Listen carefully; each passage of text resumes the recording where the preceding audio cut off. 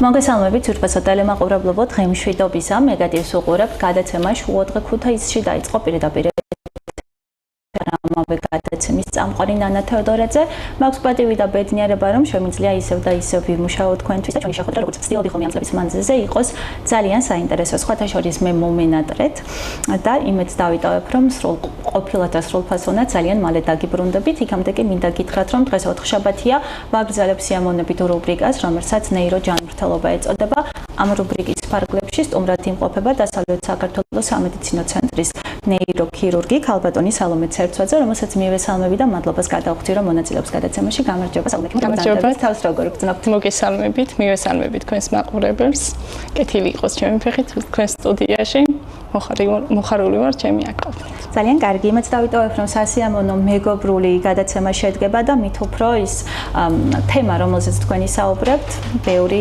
ადამიანისთვის ვინც გვიყურებს ახლა ან შემდგომ გადაცემის ჩანაწერს იხილავს რაღაც იქნება პრევენციული ზომის ან უფრო მეტად გაურთხელდებით ჩვენსავე ჯანმრთელობას მოდით დავიწყოთ პირველ რიგში საინტერესო იქნება რატომ შეეჭიდეთ ისეთ საპასუხისმგებლო პროფესიას როგორიც არის ექიმი და მით უფრო იზრუნოთ ადამიანების ჯანმრთელობაზე ბავშვობიდან მე მქონდა ეს ჩანაფიქრი გამختارიყავი ექიმი მქონდა დიდი სურვილი ადამიანების დახმარების და მიყვები ჩემს ჩანაფიქრს ამიტომ გავხდი ექიმი კეთილი ნეიროქირურგია საკმაოდ რთულია ხო რაღაც სხვადასხვა მიმართულების თუ განვიხილავთ სამედიცინოს ერთ-ერთი მოწინავე პოზიციაზე უნდა იყოს რატომ მაინც და მაინც ნეიროქირურგია დაგეთანხმებით საკმაოდ რთულია მით უმეტეს ქალისთვის მაგრამ არის საკმაოდ საინტერესო მრავალფეროვანი და ამიტომ ჩავები მეც ამ თემაში. კეთილი. სალომე ქიმა, მოდი გავიხსენოთ ძალიან მნიშვნელოვანი ალბათ განათლების მიღება და შესაძლოა შემდეგში ვისაც აქვს გადაწყვეტილი რომ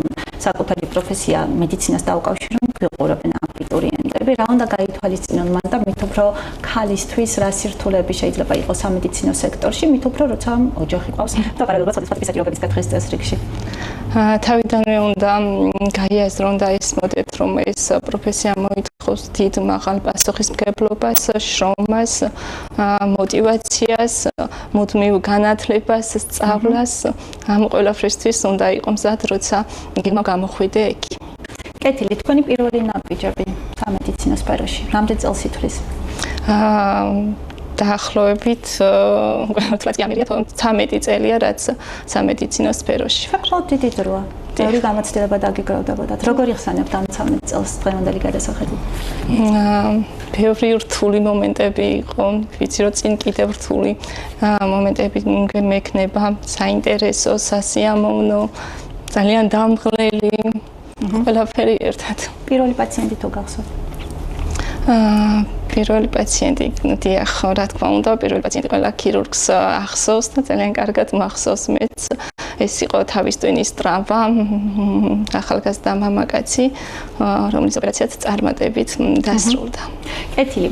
მოდით იმ თემაზე ვისაუბროთ ამჯერად და ვიდრე თემას გავაჟღერებთ, ძალიან დიდი მადლობა მინდა გადაუხადოთ თქვენს გუნდს, რომლებმაც იზრუნეს ალბათ იმაზე სწორად რომ დღეს აქ ვარ, მადლობა თქვენ და ამ შემთხვევაში იაკო ცერცვაძეს და ლაშა ლორიას, რომელიც იმედს დავიტოვებ ადრე თუ გვიან აუცილებლად იქნება გადაცემის სტუმარი. გიორგი ლორიას მაპატია ლაშა ლორია არის არ ვიცი, მაგრამ გიორგი ლორიას იმედს დავიტოვებ რომ მეწვევა და პატივი იქნება დავუთმო მასაც ჩემი საეთერო დრო. რაც შეეხება თემას, რომელიც თქვენ შეარჩევთ, ეს არის პერიფერიული ნეიროქირურგია, რომელიც საკმაოდ რთული თემა, იმედს დავიტოვებ რომ ადამიანებისთვის გასაგებად ტერმინებით ვეთქვით რა არის ზოგადად პერიფერიული ნეიროქირურგია რომ გითხარით.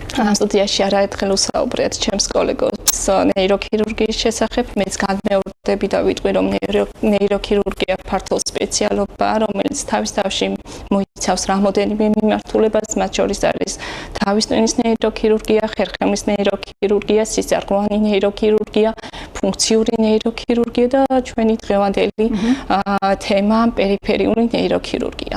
როგორ უნდა გავიგოთ ეს ტერმინი? საკმაოდ გავრცელებულია მოსახლეობაში პერიფერიული ნერვის დაზიანებით გამოწვეული პათოლოგიები, მიუხედავად ამისა, უმეტესობა მარც იცის, რომ ხელის ან ფეხის დაბუჟება, ტკივილი, სისუსტე შესაძლოა სწორედ პერიფერიული ნერვის დაზიანებით იყოს გამოწვეული. კეთილი, ანუ შეიძლება ვთქვათ, რომ თუ კი რაღაც რაიმე ჩივილი არის განსაკუთრებული, თუ როგორ უნდა გავიგოთ ხელის დაბუჟება, ფეხის დაბუჟება და კიდურის? დიახ, ეს სიმპტომებია, როგორც უკვე აღნიშნე, ხელის ან ფეხის დაბუჟება, ჩხლეტის შეგრძნება, წვის შეგრძნება, სისუსტე, კუნთების სისუსტე, განლევა, ნივთების ვარდნა ხელიდან. ეს არის საყურადღებო ნიშნები, რასაც უნდა მიაქციოს პაციენტმა ყურადღება, თუ ეს გრძელდება კვირების ან თვეების განმავლობაში, აუცილებლად უნდა ჩაიტაროს შესაბამისი დიაგნოსტიკური კვლევა და მიმართოს ნევროლოგს, ნეიროქირურგს ან ოჯახის ექიმსაც შეუძლია ამ დიაგნოზის დასვა.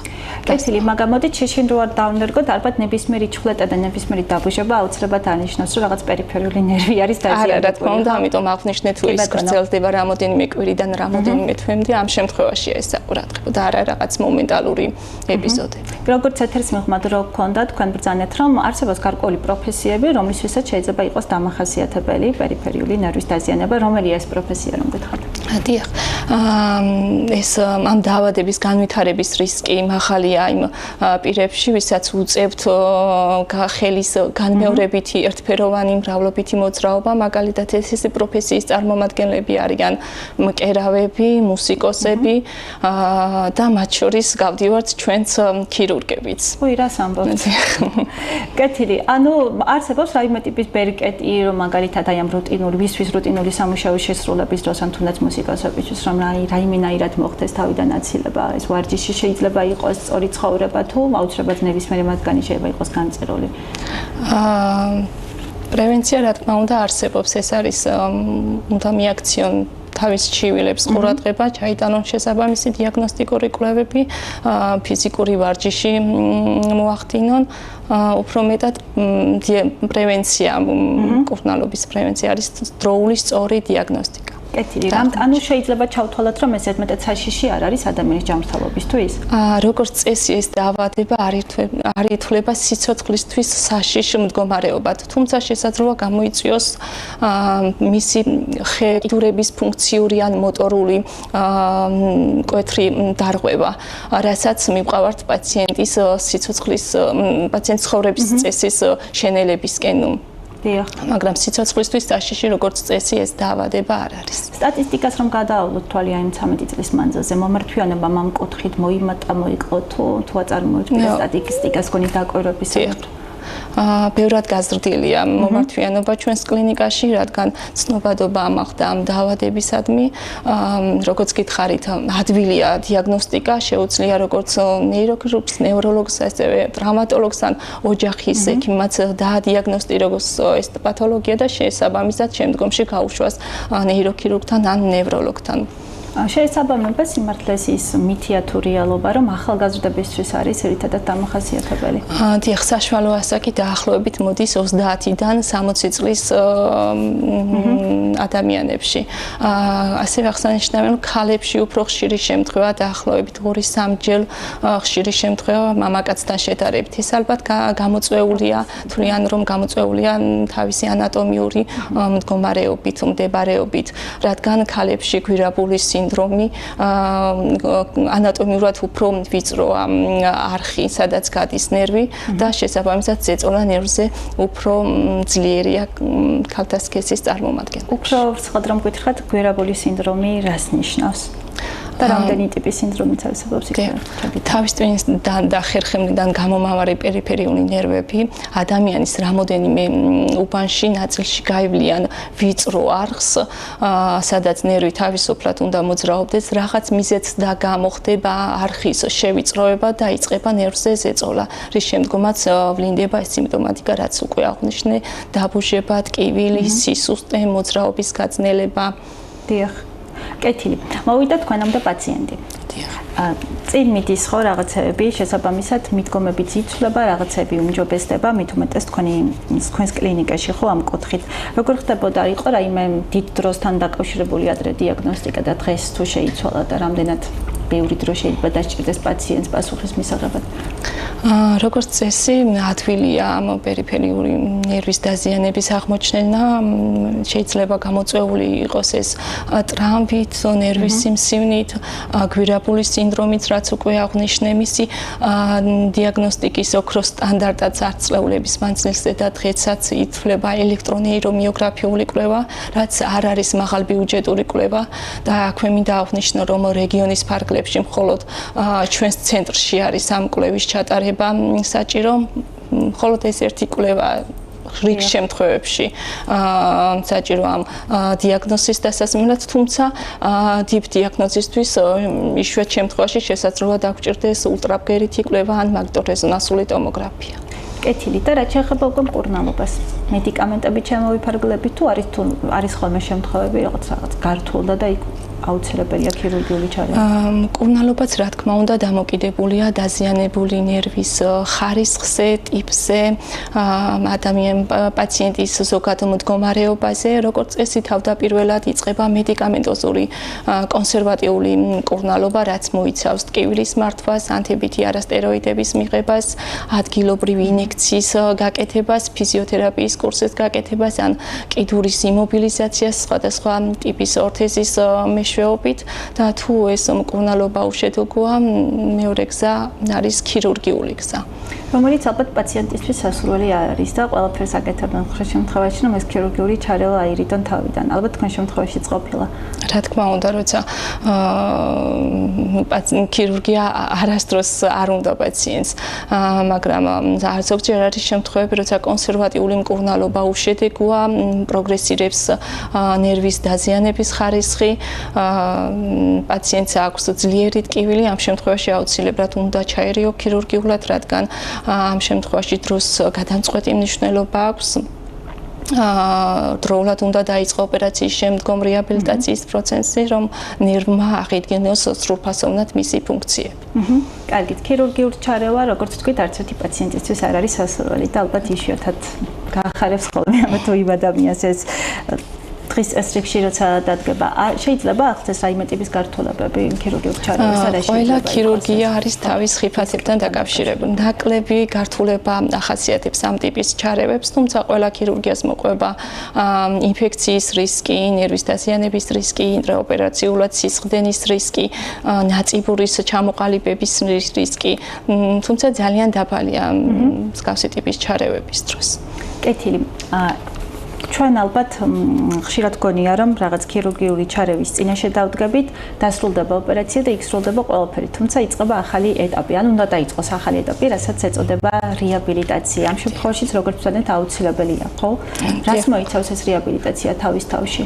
და რატომ არ უნდა თქვას შემდეგ პაციენტმა უარი რეაბილიტაციაზე? დიახ, როგორც გითხარით, ქირურგია მხოლოდ მკურნალობის ერთი ეტაპია და დიდი როლი ენიჭება რეაბილიტაციას, დროულ რეაბილიტაციას. რეაბილიტაციაში განიხილება სხვადასხვა ტიპის ფიზიოპროცედურები, ვარჯიშები, ორთესის გამოყენება. რეაბილიტაცია ინდივიდუალურად უნდა იქნას განხილული ყველა პაციენტზე, მისი დაზიანების ხარისხის, ტიპის, ფუნქციური მდგომარეობის მიხედვით და რეაბილიტაციაში უნდა მონაწილეობდეს მულტიდისციპლინირებული გუნდი ნევროლოგის, ნეიროქირურგის, ექიმ-რეაბილიტოლოგის, ფიზიოთერაპევტის და შესაძლოა ოკუპაციური თერაპევტის ჩართულობით. ეს შედეგს უფრო ეფექტურს ხდის.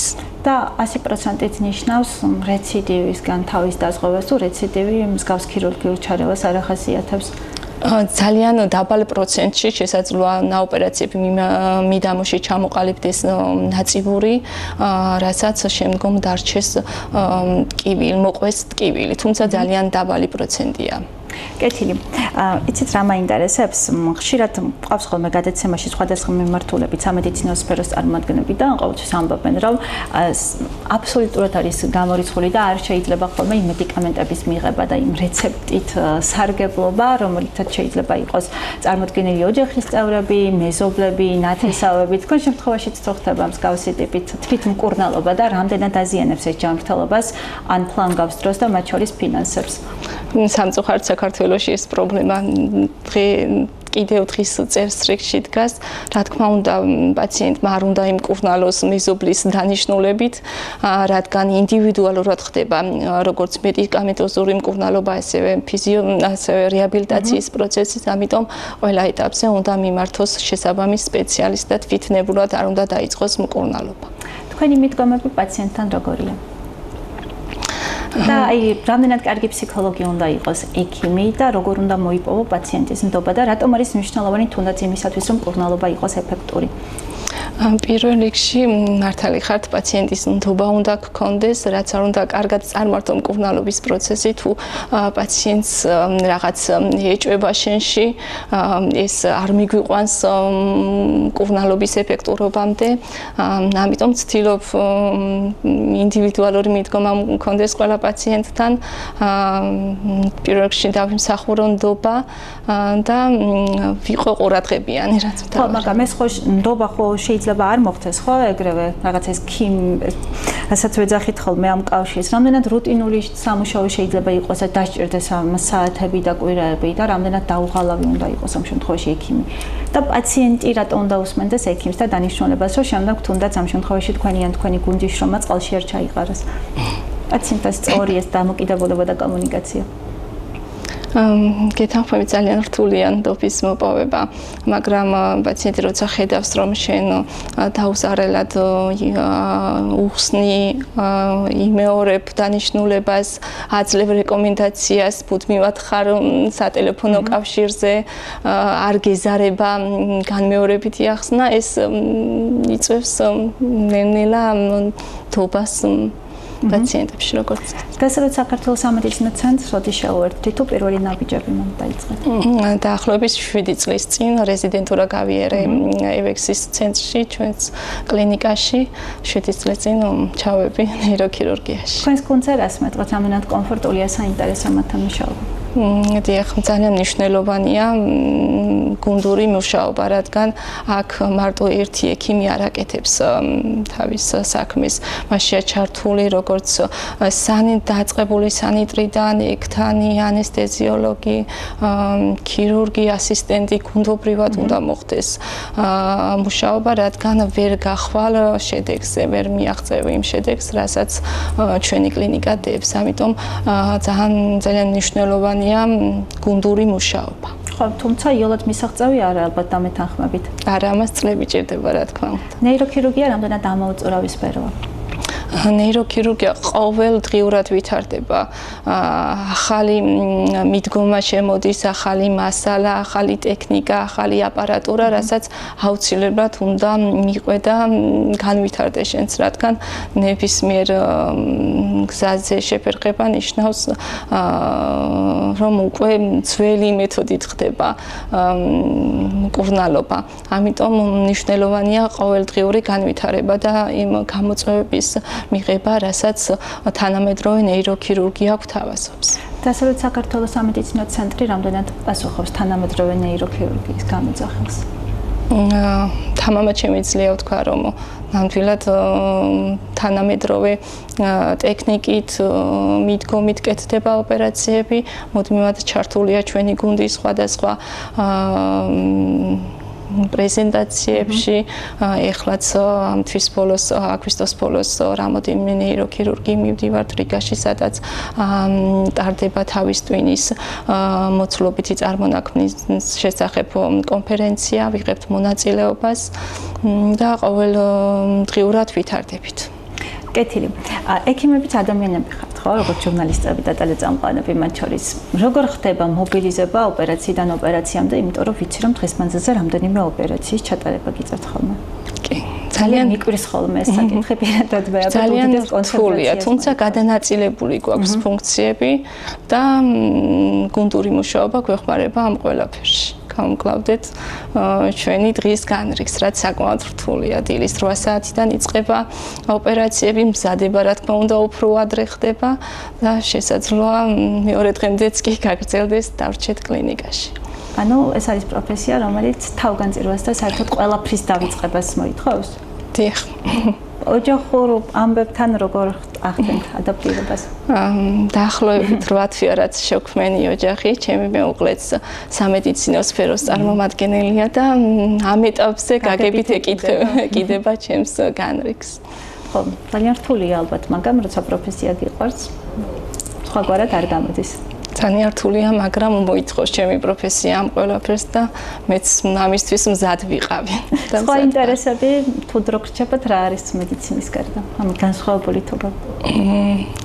ძალიან ნაკლები დრო მრჩება ამისთვის, თუმცა ძალიან მიყვარს მუსიკის მოსმენა, კითხვა. მეგობრებთან ერთად ურთიერთობა, რასაც ძალიან მოკლებული ვარ. ხო? დიახ. კეთილი და პატიოსანი. მოდით ნელ-ნელა შევაჯეროთ ჩვენი დღევანდელი შეხვედრა. გავიმეოროთ ის სიმპტომები, რომლის შეგრძნების შემთხვევაშიც ნებისმიერ ვარიანტში არ ღირს ყურადღების მოდუნება, იმიტომ რომ პირად მაგალითს აკეთოთ, რომ რაღაცებს თუ დაიწყებთ და ყურადღებას არ მივაქცევთ, ძვირად დაგვიჯდება ხოლმე ადამიანებს. დიახ, თუ გაწუხებთ ხელის ან ფეხის დაბუჟება, სისუსტე, ჩხვრეტის ან წვის შეგრძნება, კუნთების სისუსტე, განლევა, მოძრაობის შენელება, გაძნელება, ამ შემთხვევაში და ეს სიმპტომები გრძელდება რამოდენიმე კვირიდან რამოდენიმე თვემდე, აუცილებლად უნდა მიმართოთ ნებისმიერ სპეციალისტს, მათ შორის ნეიროქირურგს, ნევროლოგს, ოჯახის ექიმს, ჩაიტაროთ შესაბამისი კვლევები და დროულად მოახდინოთ თქვენი ჩივილების დიაგნოსტირება. ხო, და კიდე ის თუ გვეუბნებიან, რომ სიცოცხლის საშიში მოკლევადიან პერსპექტივაში არ არის, ამან არ უნდა გაგოზარმიცოს. რა თქმა უნდა, რადგან მართალია სიცოცხლისთვის საშიში ეს მდგომარეობა არ არის, მაგრამ ცხოვრების ხარის საქმეითებს და შესაძლოა შორსწაწულ შემთხვევაში ინვალიდიზაციაც კი გამოიწვიოს. და ჯამურად როგორ უნდა გავუფრთხილდეთ ჩვენს ნეიროჯანმრთელობას, თუ არსებობს ესეთი ოქრო სტანდარტი? ესეთი ოქრო სტანდარტი სამწუხაროდ არ არსებობს, უბრალოდ ჩვენს ჩივილებს უნდა მივაქციოთ ყურადღება და არ უნდა უგულველყოთ თუ ეს გრძელდება ხანგრძლივი დროის განმავლობაში. და უნდა დავტოვდეთ ჯანსაღი ცხოვრებით, რა თქმა უნდა. მარტივად ჟღერს, მაგრამ ალბათ ყველაზე ნაკლებად ვუთქვათ ხოლმე დროს, რომ ვიცხოვროთ ჯანსაღად და ვიმოძრავოთ ძალიან ბევრი. უდიდესი მადლობა მინდა გადაგეხადოთ, მინდა გისურვოთ ძალიან ბევრი კმაყოფილი პაციენტი, რომლის სიმწირეს არ განიცდით. მადლობა რომ დრო დაგვითმეთ, კარგი დღე, ნაყოფიერი სამუშაო კვირა და დროებით დაგემშვიდობებით მორგსაიტში შეხვედრამდე ნახვამდის. ძირფასო ტელემაყურებლობა დღეისათვის უნდა დაგემშვიდობოთ, შეგახსენებთ რომ ჩვენი სტუმარი გახდათ დასავლეთ საქართველოს სამედიცინო ცენტრის ნეიროქირურგი სალომე ცერცვაძე. ბედნიერ დღეს გისურვებთ და დაგემშვიდობებით დროებით. ძალიან დიდი მადლობა ყურადღებისთვის, ნახვამდის, გავაფრთხილდით ჯანმრთელობას.